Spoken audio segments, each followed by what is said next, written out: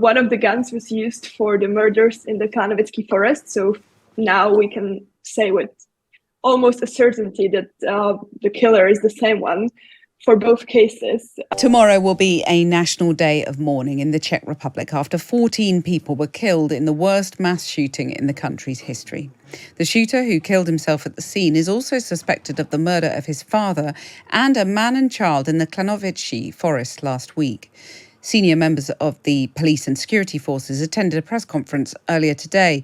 Eliska Volencova is a correspondent based in Prague and joins us now. Good afternoon, Eliska. Okay, so the latest information is that the police confirmed that the shooter legally owned 8 guns in total, including 2 long guns.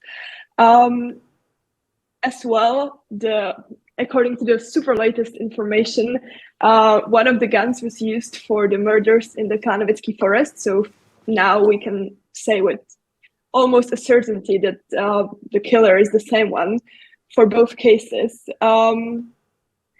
According to the police as well, they had to take care of multiple cases since today's morning when people threatened the family of the shooter or tried to kind of take some inspiration from the attack, which is very concerning. Is there any information about the killer himself in terms of motive or suggestions as to what drove this horrendous mass shooting? There were a lot of theories and conspirations running around the social media yesterday, but for now, I believe none of it was really confirmed. There was a theory that he was inspired by a similar attack that happened in Russia at the early December, but so far, none of it was really confirmed. So we don't really have a certain information in this regard. And there was some ambiguity around whether the killer was killed by the police or shot himself. Is there any confirmation on that? According to the latest version, the shooter killed himself when the police started the counterattack. So basically, when he realized that there was no escape from the situation, he put the guns against his head. And these guns, these multiple guns that he owned, you said were all legally owned? Yes, that's correct. And has that prompted a debate? Similar shootings here over the years have prompted a big debate about gun ownership and licensing and so on. Is that happening in the Czech Republic now or not yet? It is not the biggest topic in the public debate yet, for sure. But it will most likely be on the table in the next days or weeks. I believe that the Interior Minister referred to some sort of innovation of the law that was being discussed. But for now, there is nothing confirmed, and it is not the main priority right now because according to the politicians, the gun laws are fairly strict. So we'll see where we move from here. Right. And have the police given any update on the death toll?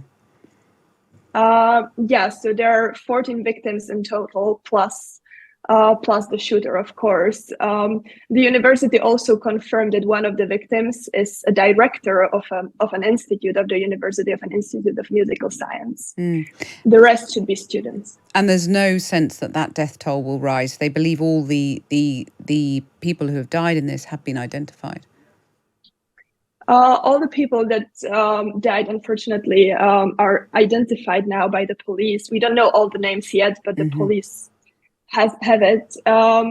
There is still some sort of risk that the death toll could rise even more because there's multiple people in a very critical state in the hospital. And tell me what the mood is in Prague this evening. A day of national mourning has been declared. How are people feeling? Yeah, the atmosphere is still very tense, especially now that slowly the concrete names of the victims are coming out to the public. And people are reading the personal stories of the victims. So it's still definitely the number one topics. But the city is trying to kind of get back into the rhythm as well, at least as much as it is possible given the circumstances.